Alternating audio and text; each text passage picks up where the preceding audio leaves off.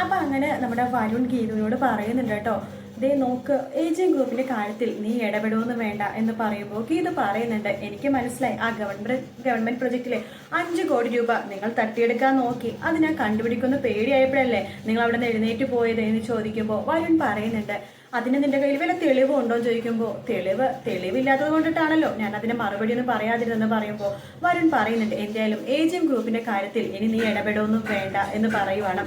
അതിനുശേഷം നമ്മുടെ ഗീതു പറയുന്നുണ്ട്, ഞാൻ ഇടപെടും, കാരണം ഞാൻ ഏജിയം ഗ്രൂപ്പിന്റെ ഗോവിന്ദ് സാറിന്റെ ഭാര്യയാണ് എന്നിങ്ങനെ പറയുന്നുണ്ട് കേട്ടോ. അതിനുശേഷം നമ്മുടെ വരുൺ പറയുന്നുണ്ട്, അതിന് ഏജിയം ഗ്രൂപ്പ് നിന്റെ തന്തയുടെ വകയൊന്നും അല്ലല്ലോ എന്ന് പറയുവാണ്. അത് കേൾക്കുമ്പോൾ ഗീതുക്കാകെ ദേഷ്യം വരുവാണ്. ഗീതു വരുണിന്റെ മുഖത്ത് ആനടിക്കുകയാണ്. പക്ഷെ വരുൺ തിരിച്ചൊന്നും പറയുന്നില്ല കേട്ടോ.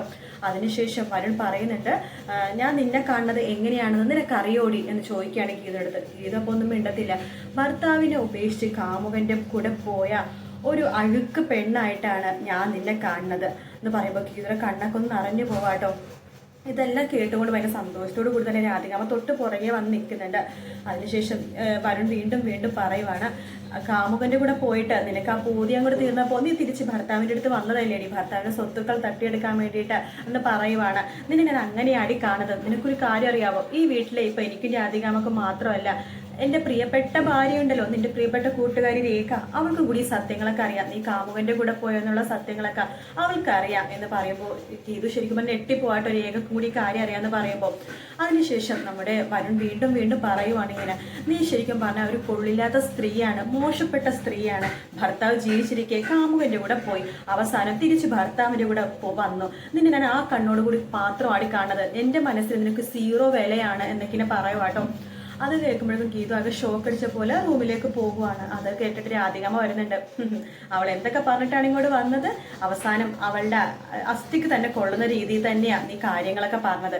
പിന്നെ നിന്റെ ഭാഗത്ത് ചെറിയ തെറ്റുണ്ട്. ശരിക്കും പറഞ്ഞാൽ ഗവൺമെന്റ് പ്രൊജക്റ്റ് നീ ഇത്രയും കയറ്റി വെച്ചത് കൊണ്ടിട്ടാണ് ആ പ്രൊജക്റ്റ് അവർക്ക് ഇത്രയും സംശയം ഉണ്ടാവാൻ കാരണം. നീ അത് നിന്റെ ബിസിനസ്സിലുള്ള നിന്റെ കഴിവുകേട് തന്നെയാണ്, നിനക്ക് എക്സ്പീരിയൻസ് ഇല്ലാത്തത് കൊണ്ട് തന്നെയാണ്. അത് എനിക്ക് പറഞ്ഞേ പറ്റൂ. പിന്നെ നിനക്ക് എന്തെങ്കിലും ഡൗട്ടോ കാര്യങ്ങളോ ബിസിനസ് കാര്യങ്ങളിലൊക്കെ എന്നോട് തീരുമാനം ചോദിച്ചിട്ട് മാത്രമേ നീ എന്തും ചെയ്യാവൂ എന്ന് വരുണിനോട് രാധികാമ്മ പറയുവാട്ടോ.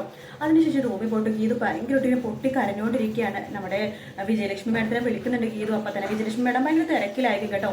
പുള്ളിക്കാരത്തിയുടെ ഫ്ലൈറ്റ് ഉണ്ടാവില്ല. പുള്ളിക്കാരത്തിക്ക് നാളെയാണെങ്കിൽ ഒരു പ്രോഗ്രാം ഉണ്ട്. അപ്പം അതിന് വേണ്ടിയിട്ട് സ്റ്റാഫിനോട് പറയുന്നുണ്ട്, ഫ്ലൈറ്റ് മിസ്സായെന്ന് വെച്ചിട്ട് എനിക്ക് പ്രോഗ്രാം ഒന്നും ക്യാൻസൽ ചെയ്യാൻ പറ്റില്ല, അപ്പം അതുകൊണ്ട് നമുക്ക് ബൈ റോഡ് പോകാം എന്നിങ്ങനെ പറയുവാണ്. അങ്ങനെ അവർ റോഡ് വഴി തന്നെ ഒരു പ്രോഗ്രാമിന് പോകാൻ വേണ്ടി റെഡിയായിട്ട് നിൽക്കുന്ന സമയത്താണ് ഗീതുവിൻ്റെ ഫോൺ വരുന്നത്. അപ്പോൾ വിജയലക്ഷ്മിയുടെ മുമ്പിൽ പൊട്ടിക്കരഞ്ഞു പോകണം, എനിക്ക് വയ്യ, എനിക്ക് ഒട്ടും പറ്റുന്നില്ല, ഇവരെല്ലാവരും കൂടി എന്നെ വളരെ മോശം രീതിയിലാണ് സംസാരിക്കണത് പറയുമ്പോൾ വിജയലക്ഷ്മിക്ക് ദേഷ്യം വരുവായിട്ട് എന്ത് പറ്റിയെന്ന് പറയുമ്പോഴേക്കും ഗീതു പറയണ്ട്, വരുൺ ഇങ്ങനെ മോശപ്പെട്ട സ്ത്രീയാണ്, നീ കൊള്ളാത്ത സ്ത്രീയാണ് എന്നൊക്കെ പറഞ്ഞെന്ന് പറയുമ്പോഴേക്കും വിജയലക്ഷ്മി പറയുന്നുണ്ട്, മോളെ നിന്റെ മനസ്സിൽ തീ കോരിയിടാനും അത് മാത്രമല്ല നീ എവിടെയാണ് ദുർബലയായി പോകണമെന്ന് അവർക്ക് നന്നായിട്ട് അറിയാം.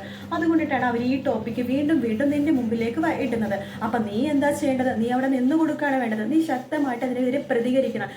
ഞാൻ നിന്നോടൊരു കാര്യം പറയാം എന്ന് പറഞ്ഞിട്ട് കുശു ഞങ്ങളൊന്നും കേൾപ്പിക്കണം കേട്ടോ. ഭയങ്കര ബ്ലാങ്ക് ആയിട്ട് അത് പറയണത് മാത്രമേ കാണിക്കുന്നുള്ളൂ, ഒന്നും കേൾപ്പിക്കുന്നില്ല.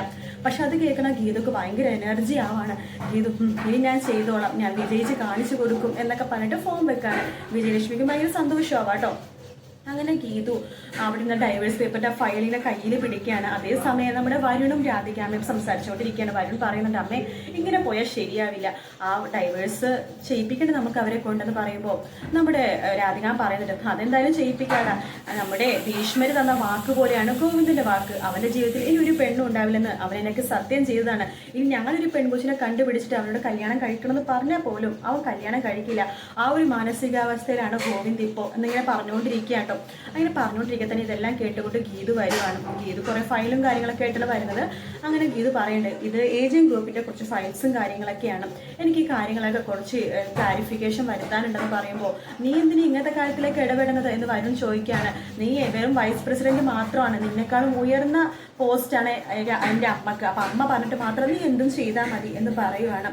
ആ സമയത്ത് പെട്ടെന്ന് തന്നെ നമ്മുടെ ഗീതു പറയുന്നുണ്ട്, എന്നെക്കാളും ഉയർന്ന പോസ്റ്റോ, എന്നെക്കാളും ഉയർന്ന പോസ്റ്റ് എന്നല്ലേ, എൻ്റെ ഭർത്താവിൻ്റെ കമ്പനിക്ക് വേണ്ടിയിട്ടാണ് സംസാരിക്കുന്നത്. പക്ഷെ ഇവരാരാ ഏജിങ് ഗ്രൂപ്പിൻ്റെ, ഇവരുടെ ഭർത്താവ് ഇവരുടെ അതാണ് അച്ഛൻ്റെ വകയാണോ ഏജിങ് ഗ്രൂപ്പ് എന്ന് ഗീത ചോദിക്കുമ്പോൾ നമ്മുടെ രാധികാമ്മ നെട്ടുവാട്ടോ. അതിനുശേഷം നമ്മുടെ രാധികാമ്മ രാധിക പറഞ്ഞിട്ട്, എന്താണ് നിനക്കൊരു കൊമ്പ് മുളച്ചത്, ഭർത്താവിനെ ഉപേക്ഷിച്ച് കാമുകൻ്റെ കൂടെ പോയവളല്ലേ നീ, മോശപ്പെട്ട സ്ത്രീ, വേശ്യ എന്നൊക്കെ പറയുക കേട്ടോ. അപ്പൊ തന്നെ ഗീതും പുച്ഛിച്ച് ചിരിക്കുകയാണ്. ദേ രാധികാമ്മേ, നിങ്ങളുടെ പഴയ ചരിത്രമൊന്നും എന്നെ കൊണ്ട് പറയിപ്പിക്കണ്ട. എന്നെക്കുറിച്ച് നിങ്ങളൊന്നും പറഞ്ഞില്ലെങ്കിൽ ഞാൻ നിങ്ങളെക്കുറിച്ചൊന്നും പറയില്ല. പക്ഷെ എന്നെക്കുറിച്ച് എന്തെങ്കിലും മോശപ്പെട്ട കാര്യം പറഞ്ഞാൽ നിങ്ങളുടെ പഴയ ചരിത്രമൊക്കെ ഞാൻ ഇടും കേട്ടോ എന്ന് പറയുമ്പോൾ രാധികാമ്മ ഒന്ന് ഞെട്ടുവാണ്. അതിനുശേഷം നമ്മുടെ വരുണിന്റെ മുഖത്ത് നോക്കി ചോദിക്കേണ്ടത്, എടാ നിന്റെ അച്ഛൻ കറക്റ്റായിട്ട് ആരാന്ന് നിന്റെ അമ്മക്ക് പറയാൻ പറ്റുമോ? ഇല്ലല്ലോ. പാവപ്പെട്ട മാധവൻ സാറിനെ വളച്ച് വലയിലാക്കിയവരായവര്. ഞാൻ എൻ്റെ കാമുവിൻ്റെ കൂടെ പോയി, ശരിയാണ്, പക്ഷെ ഞാൻ തിരിച്ച് അതേപോലെ തന്നെ വന്നു. പക്ഷെ ഇവരങ്ങനെയല്ല. മാധവൻ സാറിന്റെ ജീവിതത്തിലേക്ക് ഇവരെ വന്നത് എങ്ങനെയാ? വയറ്റിലൊരു കുഞ്ഞിനെ ഇട്ടുകൊണ്ട്, അതായത് നിന്നെ ഇട്ടുകൊണ്ട്. നിന്റെ അച്ഛൻ ആരാന്ന് പറഞ്ഞു കഴിഞ്ഞാൽ ഇവർക്ക് കറക്റ്റായിട്ട് ചൂണ്ടിക്കാണിക്കാൻ ഒരാളെ കാണിച്ചു തരാൻ പറ്റുമോ?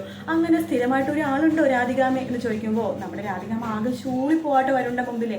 അതിനുശേഷം വീണ്ടും ചോദിക്കുകയാണ്, എന്താ വരുണിന് ഒരു അച്ഛൻ തന്നെ ഉണ്ടാവുള്ളൂ, ആ അച്ഛൻ്റെ പേര് പറയാൻ പോലും അറിയില്ലേ? മനസ്സിലായി, ഞാൻ അധികം ഒന്നും പറയുന്നില്ല. പിന്നെ വരുണേട്ടാ, നിങ്ങളുടെ മുഖം അടിച്ചു പൊട്ടിക്കാനൊക്കെ എനിക്കറിയാം, പക്ഷെ രേഖ ചേച്ചിനെ വിചാരിച്ച് മാത്രമാണ് ഞാനത് ചെയ്യാത്തത് എന്നിങ്ങനെ പറയുവാണ്. അങ്ങനെ രാധികാമ്മനെ വലിച്ചു കീറി പോകുന്നൊരു ഭാഗത്തോട് കൂടിയിട്ടാണ് കേട്ടോ. പിന്നെ ഒരു ഭാഗം കൂടി ഉണ്ട്. നമ്മുടെ രാധികാമ്മയുടെ അടുത്ത് നമ്മുടെ ഗീത് ചോദിക്കുന്നുണ്ട്, വലിയൊരു സത്യം പറയുന്നുണ്ട്. അതാണ് ഇന്നത്തെ എപ്പിസോഡിന്റെ ഹൈലൈറ്റ്. വേറൊന്നുമല്ല, നമ്മുടെ ഗോവിന്ദന്റെ അച്ഛനുണ്ടല്ലോ മാധവ്, പുള്ളിക്കാരൻ ഇതുവരെ രാധികാമ്മനെ വിവാഹം നിയമപരമായിട്ട് ചെയ്തിട്ടില്ല, താലി കെട്ടിയിട്ടില്ല. അപ്പൊ ആ ഒരു കാര്യം കൂടിയിട്ട് ഇന്നത്തെ എപ്പിസോഡിൽ ഹൈലൈറ്റ് ആയിട്ട് പറയുന്നുണ്ട്. അപ്പൊ അതും കൂടി ഇത് പറയുന്നുണ്ട്. ശരിക്കും പറഞ്ഞാൽ ഗോവിന്ദൻ എൻ്റെ കണ്ണേട്ടൻ്റെ അച്ഛനുണ്ടല്ലോ മാധവൻ, അങ്ങേര് നിങ്ങളെ കല്യാണം കഴിച്ചിട്ടുണ്ടോ നിങ്ങൾ ചോദിക്കുമ്പോഴും നമ്മുടെ രാധികാമ്മ ആകെ നെട്ടുവാണ്. ശരിക്കും പറഞ്ഞാൽ രാധികാമ്മ ഒരു ബിഗ് സീറോ ആണ്. അവിടെ ആരുമല്ല. എനിക്കൊന്ന് വില വെയിലൊക്കെ വന്നിട്ടെങ്ങാനും തലയിലായതായിരിക്കും, അങ്ങനെ ആവാനേ വഴിയുള്ളൂ. എന്തായാലും കാത്തിരുന്ന് കാണാൻ വീഡിയോ ഇഷ്ടപ്പെട്ടെങ്കിൽ ലൈക്ക് ചെയ്യുക, സബ്സ്ക്രൈബ് ചെയ്യുക, കമന്റ് ചെയ്യുക. പിന്നെ ഒരു കാര്യം കൂടി പറയാനുണ്ട്, ഒത്തിരി പേര് പറയുന്നുണ്ട് വീഡിയോ സ്ക്രീൻഷോട്ട് പോലെ പഴയ പോലെ ഇടാൻ വേണ്ടി. നമുക്കിപ്പോൾ ഒരു റൂളും കാര്യങ്ങളൊക്കെ ഉണ്ട്. ഇനി മുതൽ സ്ക്രീൻഷോട്ടും കാര്യങ്ങളും നമ്മളെന്നല്ല ഒരു ഇത് ഇടാൻ പാടില്ല. റിവ്യൂ പർപ്പസിനാണെങ്കിലും ഇപ്പോൾ കഥ പറയുന്ന ചാനലുകളാണെങ്കിലും എന്താണെങ്കിലും സ്ക്രീൻഷോട്ടും കാര്യങ്ങളും ഇടാൻ പാടില്ല. നമ്മുടെ ഓൺ കണ്ടന്റ് മാത്രമേ നമ്മൾ ഇടാൻ പാടുള്ളൂ എന്നുണ്ട്. അപ്പോൾ അതുകൊണ്ടിട്ടാണ് ഞാനിപ്പോൾ നേരിട്ട് വന്ന റിവ്യൂ കാര്യങ്ങളൊക്കെ പറയണത്. എങ്ങാനും എന്തെങ്കിലുമൊക്കെ മാറ്റം വരുവാണെങ്കിൽ തീർച്ചയായിട്ടും മുമ്പത്തെ പോലെ തന്നെ സ്ക്രീൻഷോട്ട് വെച്ചിടാമെങ്കിലും നിങ്ങൾ മാക്സിമം എന്നെ ഹെൽപ്പ് ചെയ്യട്ടെ. എനിക്കറിയാം ഒരുപാട് പേർക്ക് അല്ലെന്നല്ല 80% പേർക്കും ഇങ്ങനെ റിവ്യൂ ആയിട്ട് പറയുന്നത് താല്പര്യം ഉണ്ടാവില്ല. നിങ്ങളുടെ സ്ഥാനത്ത് ഞാനാണെങ്കിലും അങ്ങനെ തന്നെയാണ്. പക്ഷേ ഈ ഒരു അവസ്ഥ അങ്ങനെയാണ്. അതുകൊണ്ടിട്ട് മാത്രമാണ് കേട്ടോ. പലരും ഒന്ന് സപ്പോർട്ട് ചെയ്യുക. മറ്റൊരു വീഡിയോ ആയിട്ട് വീണ്ടും കാണാം. Take care, bye bye.